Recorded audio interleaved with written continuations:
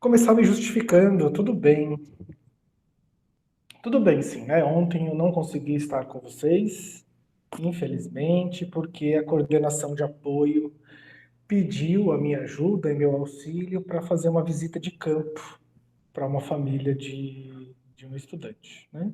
Então eu não pude estar aqui presente com vocês, mas estamos aqui hoje. Ontem ia ser uma aula muito perfeita, porque ia coincidir Tá certo, Bruno. Sem problemas. Vamos anotar aqui, porque eu quero saber sempre quem está presente e quem não está.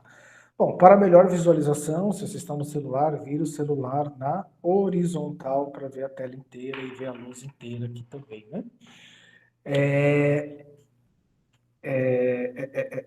O que eu estava falando?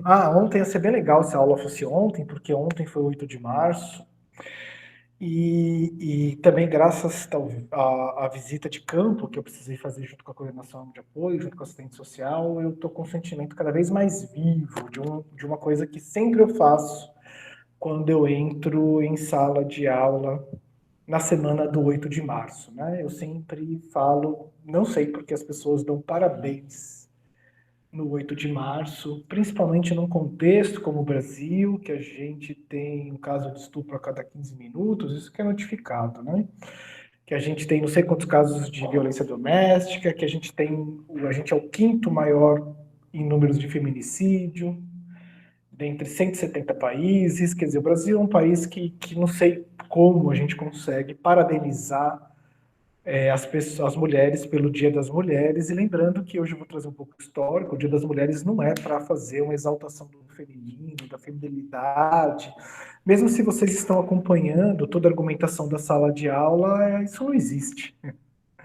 Quer dizer, não há uma essência do feminino, assim como não há uma essência do masculino, e é tudo isso um dos argumentos da sala de aula para argumentar e demonstrar, né? Vamos na medicina, vamos na psicologia, vamos dentro da antropologia, vamos debater o que seriam essas essências, o que é a relação entre natureza e cultura em nós.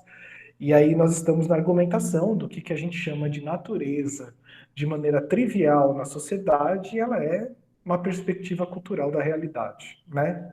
Porque a gente entende, então é um resumo dos encontros passados, a gente entende a natureza como algo imutável, válido universalmente, que é igual em todos os lugares. Então a gente, na verdade, a gente não vê a natureza como algo que está se transformando a todo momento, uma transformação aleatória.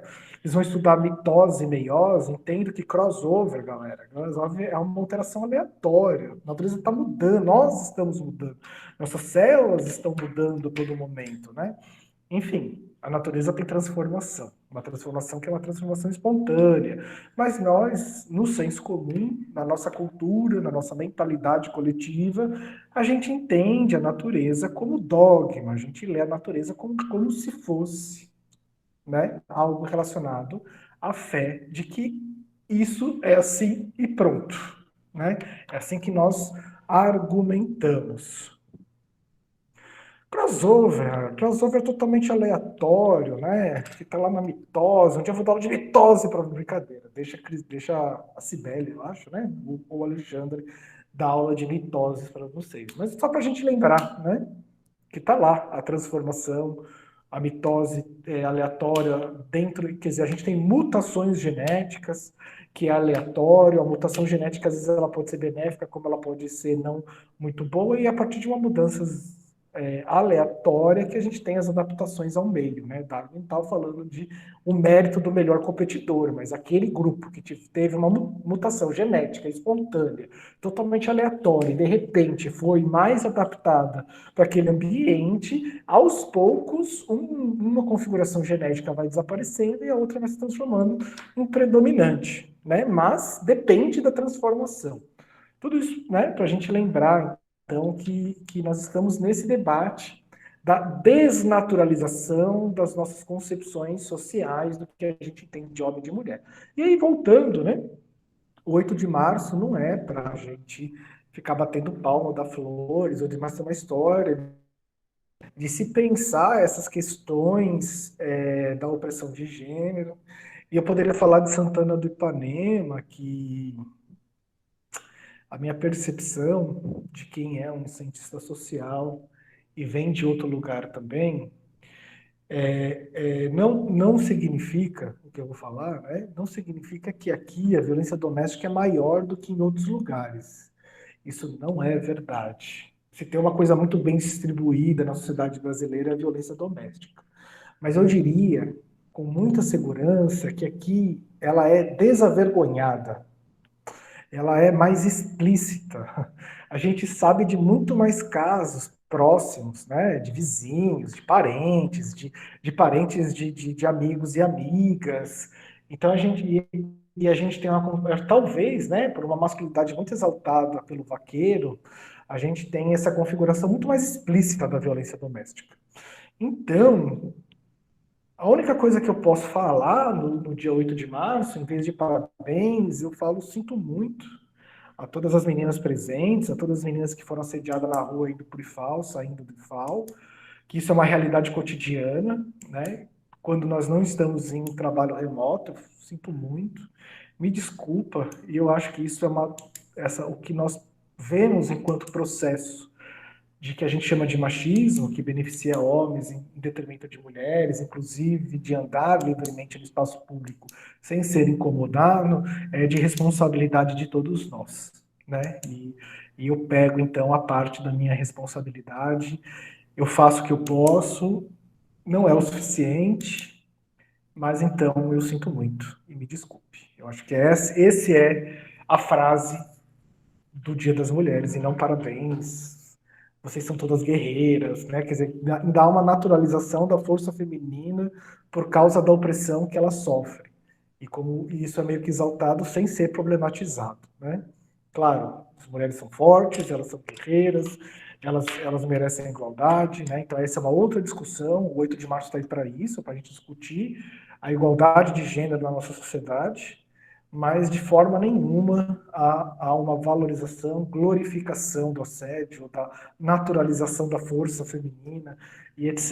Eu acho que isso, de uma certa forma, é uma deturpação de vários movimentos que passaram na sociedade que, no fim, vira consumo, né? No fim, a fábrica de chocolate vai vender mais, as flores vão vender mais, os presentes vão vender mais, porque, no fim, a gente tem essa torção, né? Vira tudo mercado, né? Vira momento de consumo. Enfim, essa já é a minha primeira introdução sobre o tema do Dia das Mulheres.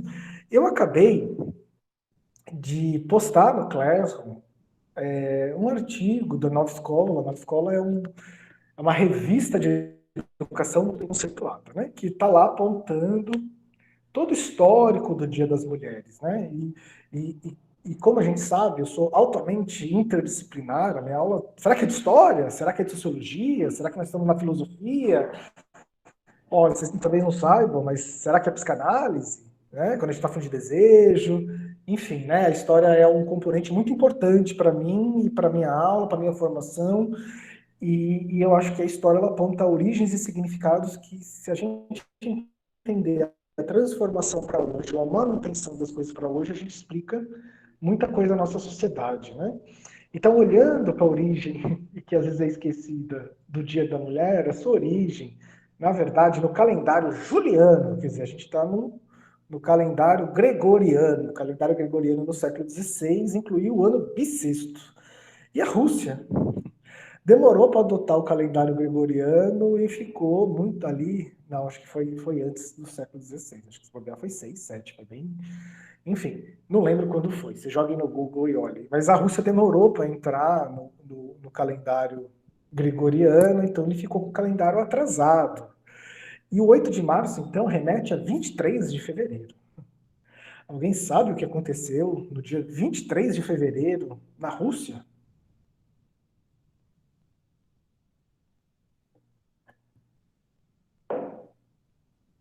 23 de fevereiro no calendário juliano. Bom, a Rússia ali estava no governo czarista, teve várias convulsões sociais antes disso. A gente tem A guerra, teve processo de guerra, e teve já um prelúdio de uma convulsão social em 1906, na Rússia, quando ela perde a guerra para o Japão e perde parte do seu território ali. E aí, devido a diversas crises, e a Rússia demora, inclusive, para entrar no liberalismo, então a servidão na Rússia ela foi apenas abolida formalmente e no final do século XIX, 1890 alguma coisa, mas na prática ela ainda funcionava. Então, crise econômica, social, a aristocracia ainda muito forte, e aí um processo de fome muito evidente, e aí no dia 23 de fevereiro de 1917, as mulheres russas, então as mulheres responsáveis pela reprodução social do lar, né? Às vezes eu me pergunto se as mulheres fizessem greve. Será que os homens sairiam para trabalhar? Será que os filhos iriam para a escola? Como é que funcionaria? Porque a gente não considera trabalho doméstico como trabalho, né? Enfim, trabalho doméstico é trabalho, dá muito trabalho e é não remunerado. Enfim, as mulheres, então, responsáveis por essa reprodução social, sem trabalho doméstico não há sociedade, não há criação de filhos, né? Vão às ruas, fecham São Petersburgo, que era a capital da Rússia naquele momento, faz uma grande manifestação que é fortemente reprimida pelo exército czarista, e a partir então dessa comoção, vários operários, homens, vão para a rua. Depois dessa comoção, há uma organização dentro do Partido Social Democrata Russo, que tem duas tendências, os bolcheviques e os mencheviques. Os bolcheviques defendem que esse é o momento para que derrubar o czarismo e aglomerar a população em torno de um ideal mais igualitário. Enfim, vocês não sei se vocês estão entendendo, mas a origem da Revolução Russa é feminina. Essas são as mulheres que irrompem as ruas atrás de pão, né? Então tem o lema pão, paz e liberdade, para que a Rússia saia da Segunda Guerra Mundial, que ela consiga fazer uma assistência social para que dê pão para todas as famílias necessitadas, e que para isso então ela tenha reforma agrária, uma reorganização do campo. E o dia 8 de março, ao longo do século XX, ela remete, então, esse protagonismo feminino, e tem outros momentos, né? Tem gente que acha que o 8 de março começaria por causa de uma greve de operárias em Boston, mas foi outra data, mas tudo isso ela foi importante para se pensar o Dia Internacional da Mulher e os momentos, então, que as mulheres irromperam a rua, foram lideranças e protagonistas de certas lutas para se pensar, então, o Dia Internacional da Resistência da opressão de gênero, né? Da opressão de mulher. Então, o 8 de março, ele remete à Revolução Russa e o primeiro dia dessa revolução, né? Então, se a gente olhasse para os dias da Revolução Russa, ela tem duas fases. A primeira fase está lá, 23 de fevereiro, no caderno de história de vocês, e a segunda fase está lá, 8 de outubro, né, que é quando os bolcheviques finalmente lideram o processo de revolta e o processo revolucionário. Né? Enfim, é essa a origem. E aí, não sei se vocês estão afim ou não sei se alguém sabia dessa origem.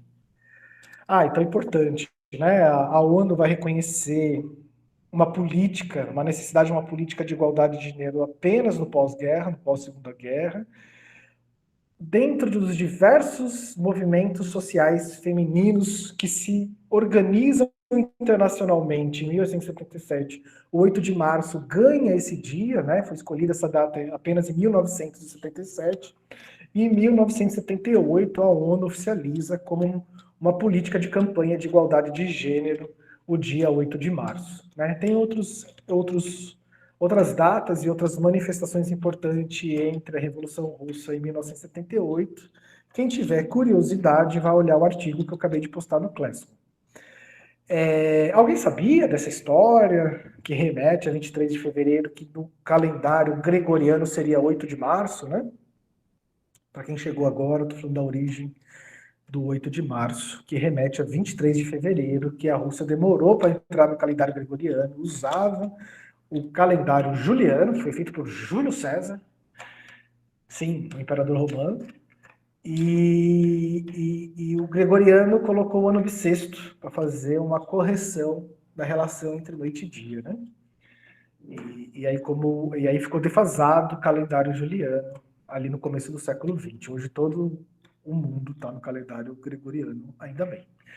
E aí eu propor para vocês que a gente tem o perfil do literalidade. Será que alguém não estaria afim de romper no Instagram, em público, e explicar no Instagram para as pessoas, porque ninguém sabe dessa origem, né? Ninguém pensa, talvez. Ainda bem que vocês são meus alunos. Sou meus alunos também. Alguém gostaria de falar no Instagram e a gente pensa no roteiro para explicar para as pessoas e para o mundo por que 8 de março? Bom, quem tiver afim, me manda um e-mail que a gente pensa nessa. Vou escrever meu e-mail aqui. Não precisa definir agora. Seria muito legal, né? Em atitude de extensão informativa, explicar um pouco a origem do 8 de março. Alguém sabia dessa história? Do jeito não, né? Se está em silêncio é porque não. E aí também, aproveitando, para falar do 8 de março, eu gostaria de contar um pouco, muito resumidamente, e eu postei também um texto lá no Classroom ontem à noite, eu acho, ou sei lá, no final de semana, um dia desses, eu postei no Classroom um pouco da história do conceito de gênero, que dentro dele tem a história com um pouco mais detalhe que eu vou dar hoje sobre a história dos movimentos feministas, no plural, né? A gente tem vários movimentos feministas, inclusive os contemporâneos, né? Há um debate dentro do feminismo, só para citar alguns nomes, o feminismo liberal, o feminismo decolonial, o feminismo, enfim, a gente tem vários feminismos. E o feminismo, como movimento social, ele sempre desafiou as ciências, nos plurais também, não só a ciência social, a repensar os seus conceitos, demonstrar da onde que está tirando seus conceitos. Um exemplo que a gente está olhando agora foi o movimento feminista que desafiou a medicina, então, a falar, tá bom, então me fala aí o limite, a fronteira clara que vocês falam que tem, demonstrem, né? Será que a gente tem casos que não são XX e XY? Será? Então, vamos olhar para esses casos. Foi então um movimento feminista que desafiou a ciência, seja ela da natureza ou as ciências sociais, a repensar o que seria o homem e a mulher, as suas funções na sociedade. Né? Então, não necessariamente o feminismo ele foi um feminismo acadêmico, apesar que a gente tem uma vertente das mulheres que estão, sim, dentro das universidades e fazendo ciência. Mas o movimento social, né, das mulheres, que a gente denomina de feminismos, ele sempre, desde o começo do século XX, né, ele foi criado mais ou menos ali no final do século XIX, muita gente remete ao início do movimento feminista a uma filósofa que é mãe da Mary Shelley, que escreveu Frankenstein, que escreveu um livro chamado Direito de Toda Mulher e Cidadã, para fazer um contrapelo ao texto que originou o liberalismo e a modernidade política, chamado Direito de Todo Homem e Cidadão da Revolução Francesa, Mary Wollstonecraft. Eu coloco o nome dela direitinho no Classroom depois para vocês. Né? É remetido isso, pelo menos o movimento de mulheres moderno e contemporâneo e a origem do movimento feminista. Mas o movimento, então, sempre desafiou as ciências, no plural, a demonstrar, então, as questões da qualidade e condições dos homens e das mulheres. E aí a gente tem uma longuíssima bibliografia, né? Para quem acha que a gente estuda por memes de WhatsApp, tá aqui, né? A gente tem que pensar, a gente tem uma história, né, dos vários feminismos. Então fica a dica de leitura, uma coletânea, não estou conseguindo apontar para a câmera, organizada pela Luísa Buarque de Almeida. Enfim, é importante a gente pensar a relação, então, entre os movimentos feministas, as suas diversas fases, e a relação que ele teve com as diversas ciências, Léo do livro, porque é assim que a gente... Putz, derrubei minha água, gente. Calma aí. Eita. Fiz uma meleca, né? Mas tudo bem. Depois eu limpo. Mas É é porque, doa, assim... professor. Hã? É doa. Ah, Doa seus Léo livros. doa livros, vamos pensar, né? Porque dentro das ciências sociais, não só, como eu falei também da medicina, o pensamento feminista é importante desses desafios de agendas de pesquisa que ela propõe, né? Então tá aqui, ó, sentar a bunda na cadeira e talvez para a gente... Tem muitos problemas no movimento feminista, é verdade, mas talvez os problemas não se comparem às suas virtudes, principalmente nessa questão da sua relação com as diversas ciências. Então, se a gente quer entender, a gente tem que sentar a bunda, ler bastante, estudar, né? Tá aqui quem quer um bom resumo, eu dou um resumo aqui, ó, Coisa de Menina, livro fininho, para discutir esses diversos conceitos de gênero, sexualidade, Maria Homem, Contardo, Caligares. Não precisa ler, então, o Caligares inteiro aqui. Olha até palavrão, né? Não precisa ler tudo, tudo. Podem ir para os resumos, tem uma dica bibliográfica, espero que um dia eu estimule vocês a lerem. Mas vamos voltar aqui, né, nas nossas ondas e na nossa história. Por que onda, né? Primeira coisa, porque chama-se onda. Porque a onda, né, ela não tem um limite muito claro, né? A onda ela vai e volta, a onda ela está na areia.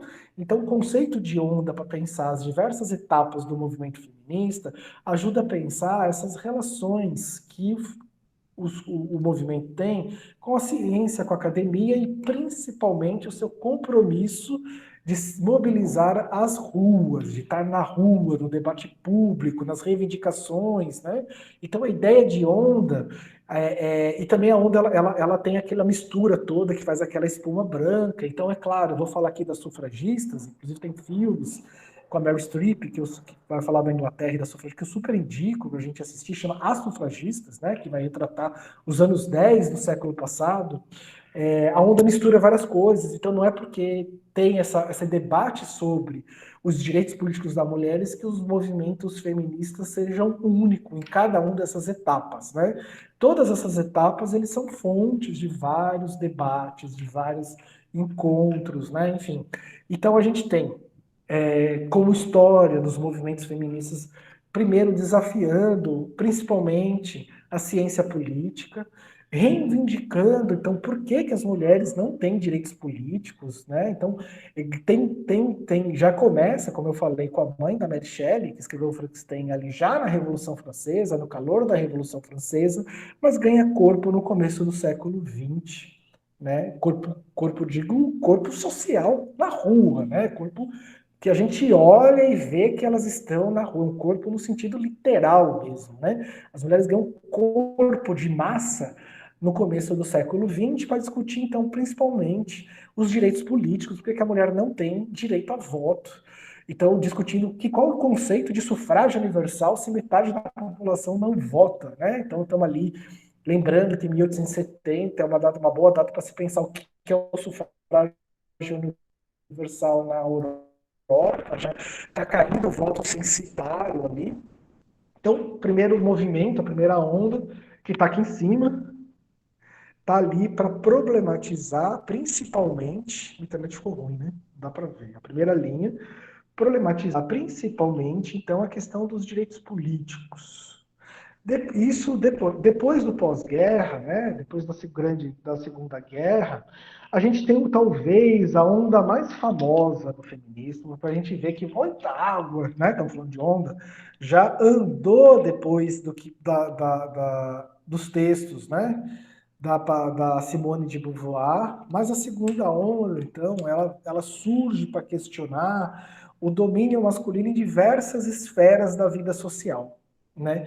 Será que a diferenciação biológica, então, é importante que quando a gente olha para Simone de Beauvoir, sim, ela achava que havia um limite claro entre homens e mulheres, uma distinção. Mas será que essa distinção fisiológica seria justificação necessária, moral e ética, para a desigualdade de gênero? Né? Essa é a pergunta da Simone de Beauvoir no seu texto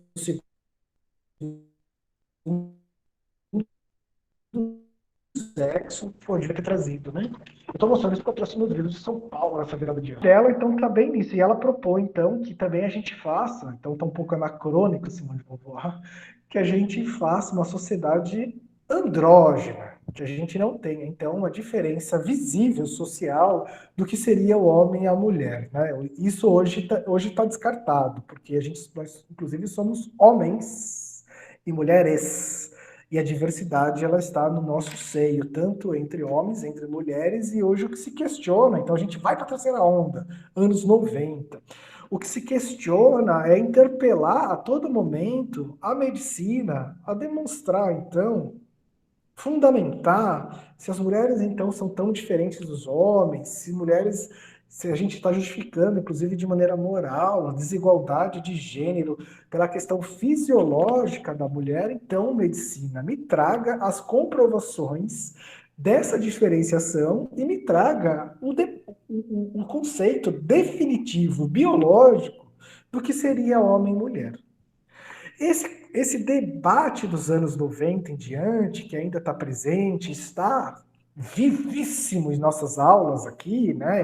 Mas eu parto de vários lugares, da história, da antropologia, da psicanálise e também de alguma literatura feminina. A Judith Butler também não trouxe o texto dela aqui, mas eu mostrei nas últimas aulas, para a gente pensar, então, finalmente, qual que é a relação entre cultura e natureza, e por que que a natureza, então, ela tem uma justificativa moral de superior para julgar as hierarquias, ou seja, colocar o melhor e pior na sociedade.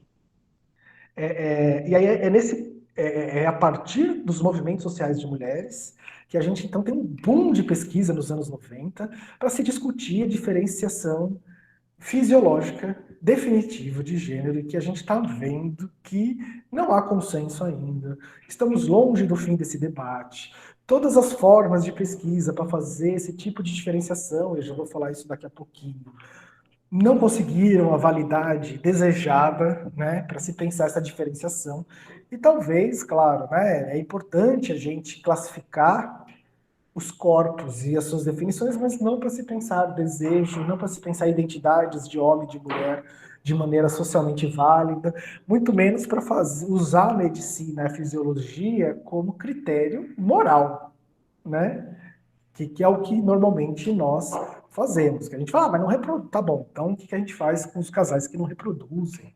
Né? Sejam eles de qual configuração seja. Então, eles não devem ser descartados. Né? Então, as pessoas que têm uma questão genética, mas socialmente elas são vistas, né? Elas têm pênis, têm vagina, elas não têm ambiguidade genital. Então, a gente olha ali, não tem dúvida, mas olha para a questão genética dela. Há questões que não definem se ela é homem ou mulher. O que a gente faz com essas pessoas? Né? Que a gente então vai julgar elas, vamos colocar em campo de concentração, vamos matar, vamos falar que não tem direitos, vamos falar que aquilo não é na natureza, mas é, né? Vamos falar que aquilo não é justo, enfim. É esse o debate que se começa nos anos 90. Tô com minha jaque imensa na frente, careca, mas tem um nome essa teoria. Então, enquanto umas são as sufragistas, as outras são a teoria do patriarcado, agora a gente está no ano da teoria queer. Porque também é nesse debate de cultura e natureza, tá aqui, né? Teoria queer. É nesse debate de cultura e natureza que começa a relacionar, mas primeiro diferenciar e depois relacionar as questões de orientação sexual, né? Então é a partir da teoria queer que vai se pensar que uma coisa é como eu me identifico, uma coisa eu quero como as pessoas me reconheçam e a outra coisa completamente diferente não, né? Mas diferente, relacionado é o objetos, né? As pessoas do meu desejo. Então, eu posso ser um homem gay, eu posso ser um homem hétero, eu posso ser um homem cis, a gente não vai falar das classificações. Malditas classificações da sociedade ocidental que não resolve nada, né? Eu posso ser um homem trans, e aí também a partir da sexualidade começou a questionar, eu tenho gay, mas é muito insuficiente para expressar, ou tenho hétero, né? Já falei um pouco sobre isso. É insuficiente para expressar as experiências de cada um de nós, já me avisaram, João. Cada um de nós em relação como a gente se comporta no mundo, como a gente ama, como a gente odeia, como a gente expressa sexualidade, as diversas formas de beijo que existem, as diversas formas de ativar o meu desejo. E aí o que nós estamos fazendo é criando cada vez mais classificações. Então eu tenho o sapiosexual, pessoas que gostam de outras pessoas inteligentes. Eu tenho agora o assexual, pessoas que têm baixa libido. E aí eu tenho, sei lá, um dia eu vou trazer uma tabela, eu não decoro esses nomes porque eles pouco importam, na verdade. O que importa é como eu lido com o meu desejo, como vocês lidam com os seus desejos, e não a classificação que diz mal sobre cada uma das nossas experiências. Mas eu tenho um pool de classificações dentro do movimento feminista. A gente começa a ter as diferenciações feminismo negro, feminismo trans, feminismo liberal, quer dizer, estamos explodindo as diversas classificações e o movimento das liberdades sexuais, então nem se fala. O que era GLS, né, gays, lésbicas e simpatizantes, se transformam em lésbicas, LB, bissexuais, transgêneros e travestis, TT, LGBTQ e queers, que tem a ver com isso, que eu vou falar um pouco do queer na frente, queers, intersexos, que vamos já falar daqui a pouquinho, os assexuais, mais para a galera toda, né? Vamos botar um mais aí. Quer dizer, isso só demonstra aquilo que eu tenho argumentado desde o começo, como a nossa cultura, ela é classificatória, e ser classificatória não resolve nada. Nós temos que ter conceitos mais abrangentes que dê conta de cada experiência em contexto e não definições anteriores às experiências. A priori, tem um nome bonito, né? Enfim, estamos aqui então nos anos 90, essa onda dessa teoria queer, que tem, assim, agora assim, nós temos mulheres nas universidades, então eu tenho teóricas queers dentro da medicina, eu tenho teóricas queers na filosofia, todas elas tentando demonstrar e problematizando, então, essa relação entre o sexo biológico, o que significa isso, e o gênero enquanto identidade social, né? E isso ganhou a denominação de teoria queer. A partir dos anos 2010, estamos chegando na contemporaneidade. A partir, então, principalmente do movimento negro, que na verdade já vem falando isso desde 1960, mas agora está sendo resgatado. Agora estamos lendo Angela Davis, o que a Ana G escreveu nos anos 50. Não sei se você já falar, uma feminista negra importante. Esqueci, todos os livros aí por algum lugar. Estamos lendo Bell Hooks, né, que também escreveu nos anos 50. Todas feministas negras que lá já estavam falando que não dá para discutir a relação e os processos sociais de machismo sem a gente relacionar isso com classe. Com raça. Desde sempre a gente tem uma diferenciação e uma hierarquia entre mulheres negras e mulheres brancas, negros e brancos. Há um racismo estrutural. Então, se a gente tem que discutir, a gente tem que discutir de maneira interseccional. Então, a palavra-chave é interseccionalidade. E claro, né, e entrou nesse debate as questões de classe, as questões socioeconômicas. Então, a gente tem três grandes diferenciações e categorias de se pensar o social a partir das suas hierarquias, né, pessoas que são acusadas melhores e piores, que é raça, gênero e classe. E, claro, a interseccionalidade, ela não dispensa o debate anterior, ela tenta fazer uma espécie de síntese. Então, a teoria queer, esse debate entre natureza e cultura, ela está dentro para discutir raça também, está para discutir as questões sexuais e, claro, para discutir a reprodução econômica do capitalismo. Não? Muito dessa influência de se falar a família, né? Estamos a favor da família, todos, tenho certeza, a família como reprodutora social e econômica da sociedade, né? Sem lavar roupa, sem criar os filhos, sem limpar a casa, sem dar comida para todas essas pessoas, a gente não tem reprodução econômica do capitalismo. Então, entra esse debate na questão da classe quando a gente vai falar da quarta onda do feminismo e da questão da interseccionalidade. Isso, claro, desafiou principalmente as ciências sociais a pensar de uma maneira mais, primeiro, relacional, Não dá para falar o capitalismo, então vamos falar das classes, e isso vai dominar o mundo. A gente precisa falar, não existiria capitalismo se não houvesse as colônias, o processo de colonização, e foi o processo colonial que inventou as raças e hierarquia social a partir das raças.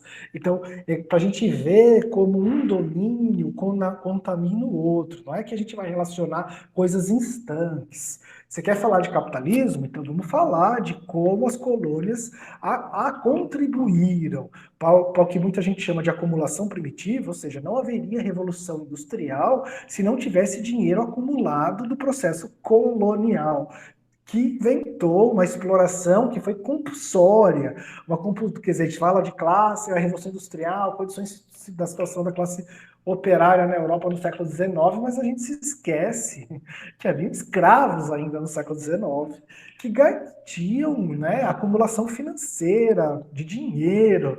Enfim, não dá para discutir classe sem raça, também não dá para discutir reprodução econômica sem falar de algo que é fundamental para a economia de qualquer país, que é a garantia da reprodução doméstica em termos socioeconômicos, né? Se a gente não limpar as nossas casas, não nos alimentarmos, não fizermos comida, não tem trabalho no espaço público. Uma coisa está relacionada à outra. Tudo que está desafiando a pensar isso, quarta onda, interseccionalidade. E hoje, daria para dizer que a partir dos anos 2015 em diante, a gente vive a quinta onda cada vez mais visível, tentando empurrar a linha do conhecimento sobre nós, sobre a ciência, cada vez mais expansiva. A quinta onda está sendo denominada de decolonial, para se pensar, então, fora dessa epistemologia. O que é epistemologia, professor? Epistemologia é forma de entender o mundo, que está na ciência, que tem a ver com natureza e cultura, né, que também está dentro das nossas aulas, quando eu falo de perspectivismo ameríndio, quando eu falei do Ian Peace, lembra, João Tomás? Aí eu fui ler, estudar mais um pouco para ver como é que eles classificam de maneira mais aberta, que eles usam metáfora. Aí eu lembrei que meu nome é Leão Bravo, quer dizer, Leonardo tem um significado. Enfim, ele também, todos esses as ondas, de uma certa forma, elas estão presentes em minhas aulas daqui, porque eu estou pegando as influências no debate mais científico dos movimentos sociais das mulheres, né? Então, o decolonialismo está tentando pensar esses saberes sobre gênero, sobre sexualidade, sobre o conhecimento da realidade, que fogem de uma perspectiva de se olhar o mundo numa distinção radical entre natureza e cultura, né? Então, como é que esses povos têm esses saberes que constroem diversos tipos de sociedades, diversas relações entre homens e mulheres, ricos e pobres, e como que a gente pode fazer e aprender a partir da circulação desses saberes, né? Dessas mulheres, né? Então, por exemplo, quando eu falei aqui das encaminhadas, fantásticas encaminhadas, que está no livro Macunaíma, né? O Macunaíma casa com a chefe das encaminhadas. Infelizmente, elas foram exterminadas, né? Com a Ceci, chefe das encaminhadas. Encaminhadas é uma figura importante no debate sobre gênero, a partir da produção de conhecimento decolonial, ou seja, indígena, porque as encaminhadas eram índias guerreiras que deram uma pisa nos espanhóis na Amazônia, inclusive sem querer ajudar os portugueses, porque acabaram expulsando os espanhóis, tomaram uma pisa tão grande e vergonhosa que não tentaram mais. Vamos apanhar mais. E claro, eu falei também que as Amazonas das Olimpíadas têm esse nome porque havia relatos, né, que chegaram ao imperador espanhol, Felipe II da época, e aí ele falou, olha, essas índias guerreiras, elas são, na verdade, Amazonas. Então, toda leitura ocidental e europeia de mulher guerreira, ou seja, que sobe em cavalo, começou a ser denominada de Amazonas, né? Então, a gente vive hoje a quarta onda do feminismo decolonial. E aí, desse feminismo decolonial, a gente tem alguns resgates importantes, né? Tanto a da interseccionalidade e do feminismo decolonial. Minhas aulas são muitas informações, né? Uma delas, há um resgate aqui, não só da Angela Davis, mas de uma intelectual muito importante, que faz parte da minha formação, porque ela é antropóloga que nem eu, ela fez doutorado em antropologia que nem eu na USP, ela é psicanalista lacaniana, assim como eu também sou, só que eu sou homem branco, né? Só não, isso faz toda a diferença. Chamada Lélia Gonzalez, né? Eu tenho uma aula de Lélia Gonzalez, que talvez eu consiga reproduzir para vocês ou não, mas ela está postada no Classroom de vocês. É uma intelectual que produziu muito nos anos 90. Por questões de racismo estrutural, ela ficou esquecida, apesar da sua produção ela ser de alto nível, né? E ela está sendo resgatada agora. Se vocês observarem o vídeo do Literalidade sobre Disque 180, Disque Denúncia, a Lélia Gonzalez aparece no meio do vídeo, uma foto dela. Muito legal aparecer a Lélia Gonzalez, né? Então, enfim, quem sabe um dia eu dou uma aula para vocês de Lélia Gonzalez, mas ela tá lá para discutir. Inclusive, Angela Davis, não sei se vocês já ouviram esse nome, Angela Davis é uma feminista negra que produziu principalmente no pós-guerra e está sendo resgatada agora graças ao debate interseccional. E como a gente tem esse meio complexo de vira-lata, a gente acha que o estrangeiro é melhor do que o nacional, a gente acaba lendo muito Angela Davis. Aí chamamos a Angela Davis, ela foi lá para São Paulo para fazer diversas palestras, inclusive palestras gratuitas pelo SESC, e ela mandou a real. Ela falou: vocês estão me lendo? Parabéns para vocês, mas vocês não precisariam me ler, porque quem tem Lélia Gonzalez tem tudo. Né? Falou mais ou menos isso. Enfim, então é importante resgatar a Lélia Gonzalez, grande Lélia Gonzalez. E feminismo decolonial a gente então vai abordar. Antes, então, acabou, né? Acabou a aula. Não consegui entrar, mas eu prometi na próxima semana a gente não vai usar lousa, a gente vai debater medicina e as pesquisas mais atuais de medicina. Eu vou até mostrar só uma palhinha para vocês. Ela está aqui para a gente falar então o que é homem e mulher, o que é fisiologia. Aí a gente vai. Olhem o que eu estou projetando e não a minha lousa, né? Aí a gente vai falar de diversas questões aqui, sobre questões genéticas, né? A gente vai falar de homens e mulheres, XX, XY, né? E a gente vai, então, abordar. Mas era para ser hoje, mas vai ser semana que vem. Falei demais. Alguém quer fazer algum tipo de comentário? Alguém quer falar alguma coisa? Alguém quer mandar um beijo para alguém? Eu sou da época da Xuxa, que fala assim: quer falar o quê? Eu quero mandar um beijo para minha mãe, para meu